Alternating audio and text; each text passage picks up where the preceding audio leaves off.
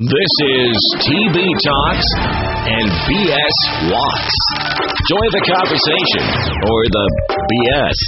Here are the masterminds behind the microphone, Tyler and Brian.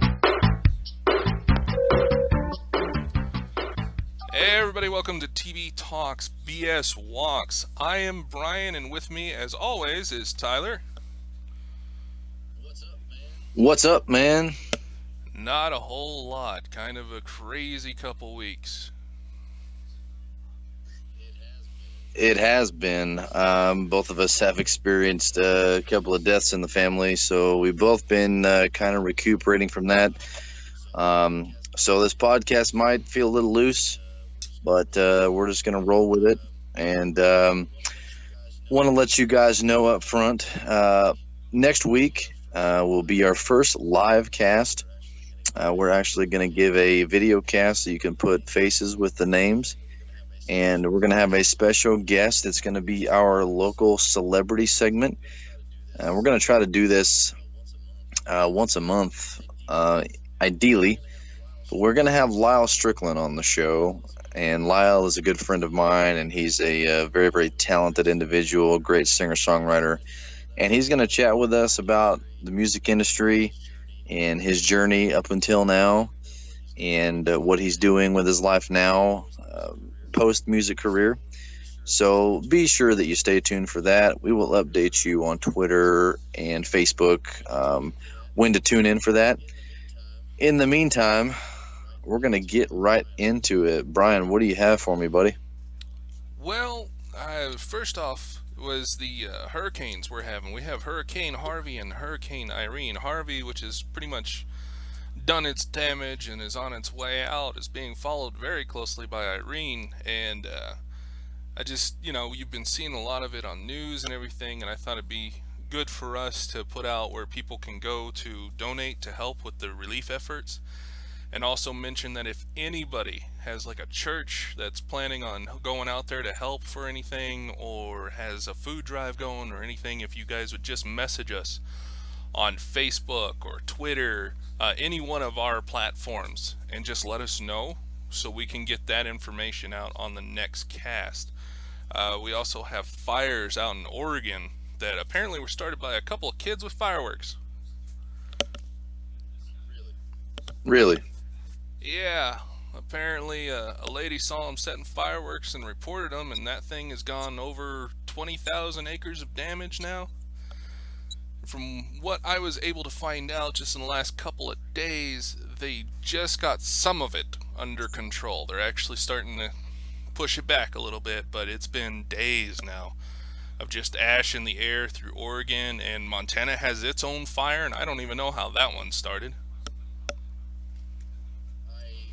I was following the Hurricane Harvey footage, and I do believe that they stated that at some point, I believe there was 50 inches of accumulated water within a 3-day period. I mean, that is insane. And when you have, the other two developing right behind it, I mean, it's like a domestic violence situation in storms. Oh, yes. And as Brian said, I'll just reiterate the fact that, if there's any place that you plan on donating, let us know. Drop a comment in the comment section, or if there's a place that of where people can go to donate money for the relief efforts.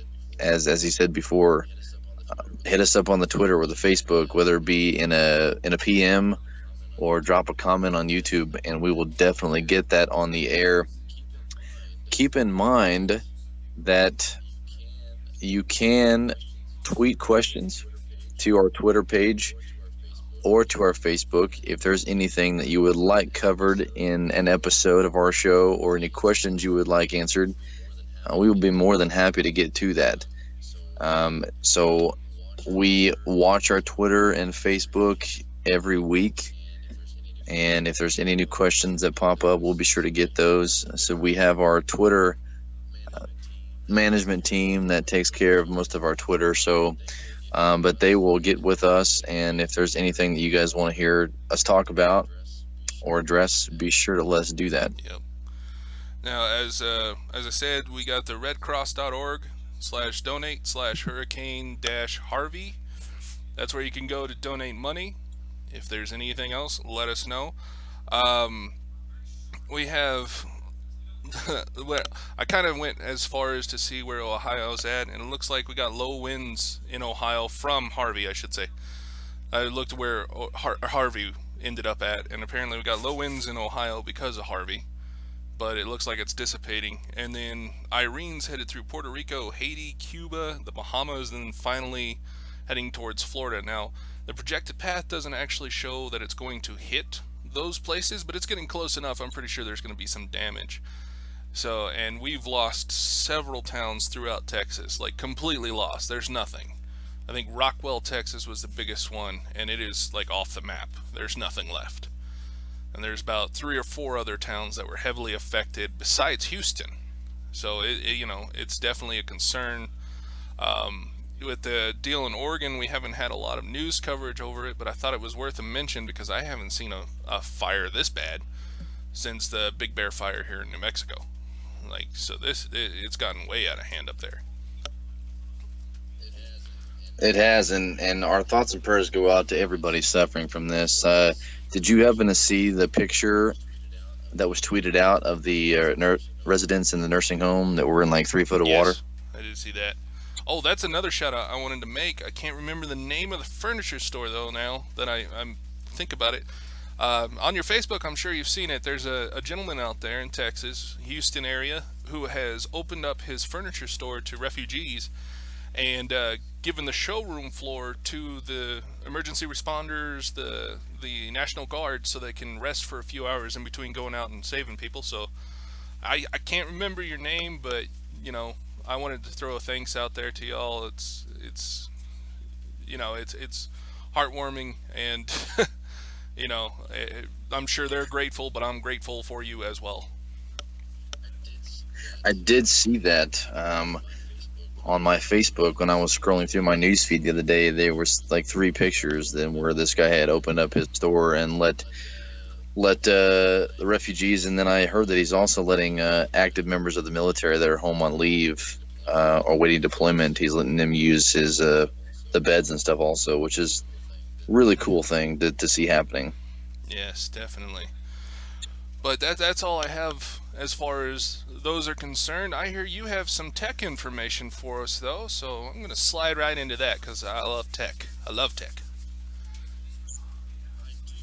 I do. So I'm pretty excited. I got my pre-order secured for the Galaxy Note 8 that drops on the 15th, which I believe is next Friday. However, if you pre-ordered, they are allowing certain retail locations to sell the phone early. So check with the store that you pre-ordered at, and there's a good possibility that you get an early release. Nice. But I did kind of want to go over that. Everybody was a little bit leery, myself included, about the Note 8.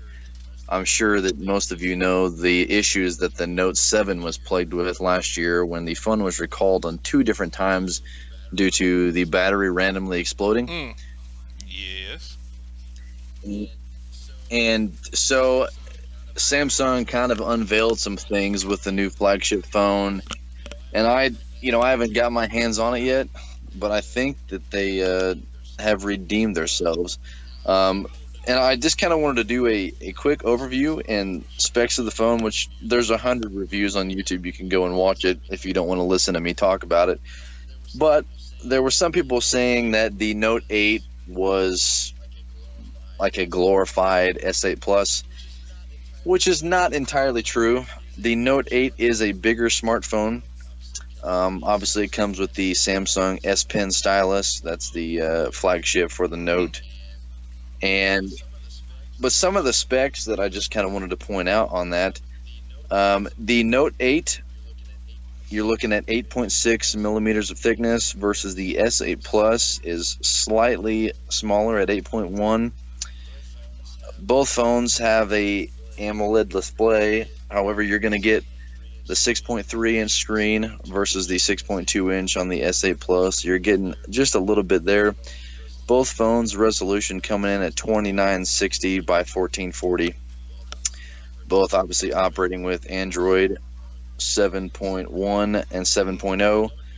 The Note 8 comes factory with 64 gigs of storage, so you're not losing anything as far as storage goes if you already have an S8 Plus.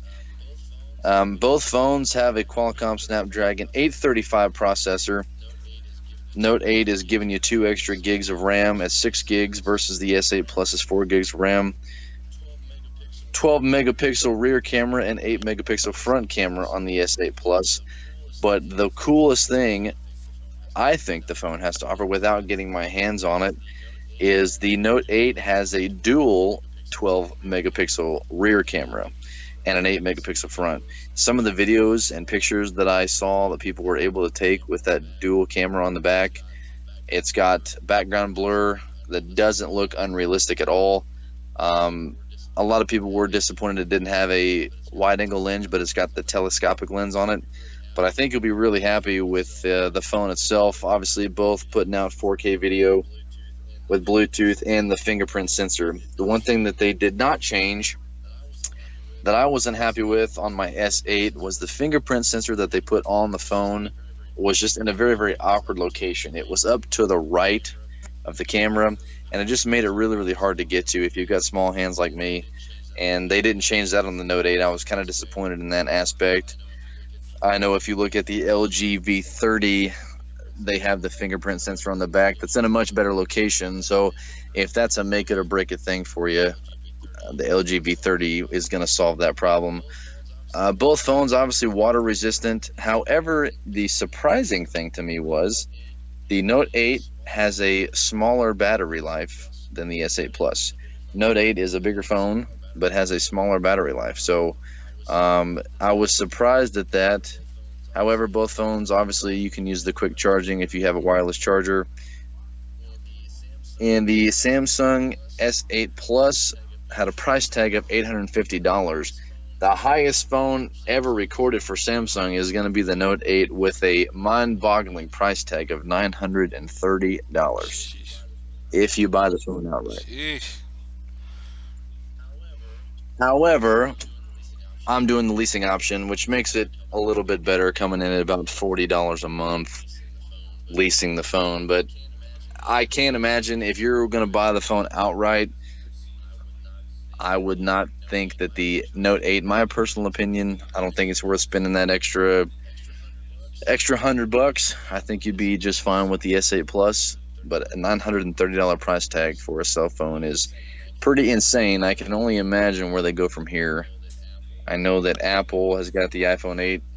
I haven't had any official release content on that yet, to my knowledge. But I did just kind of want to give you some information on that. So if you have pre-ordered the phone, again, check with your local retailer wherever you pre-ordered it. And some stores have been approved to do an early release, so you might get your hands on it a week early. That is all that I had in that section. So if you're interested, are you an Android guy or are you an Apple? I'm definitely Android. I can't stand the limited amount of things you can do on Apple when I'm the type of person who likes to get apps that aren't necessarily supposed to work on phones to work on phones. So Android is just open enough. I enjoy it. Well, I was an Apple guy for many years.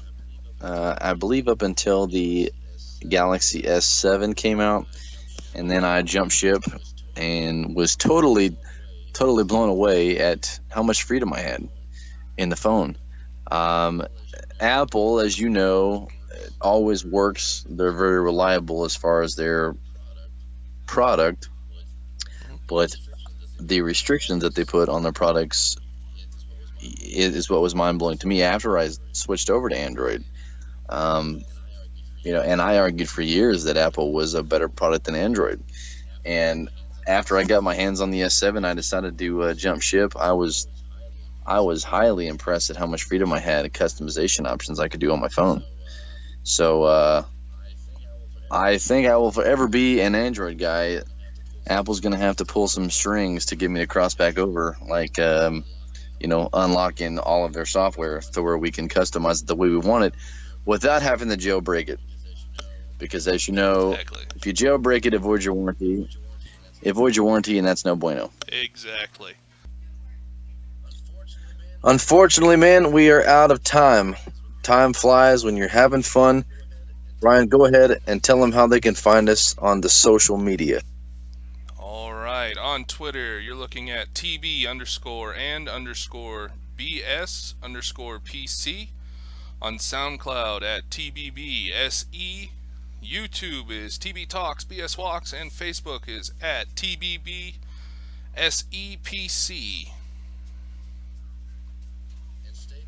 And stay tuned for more episodes coming your way on TB Talks and BS Walks.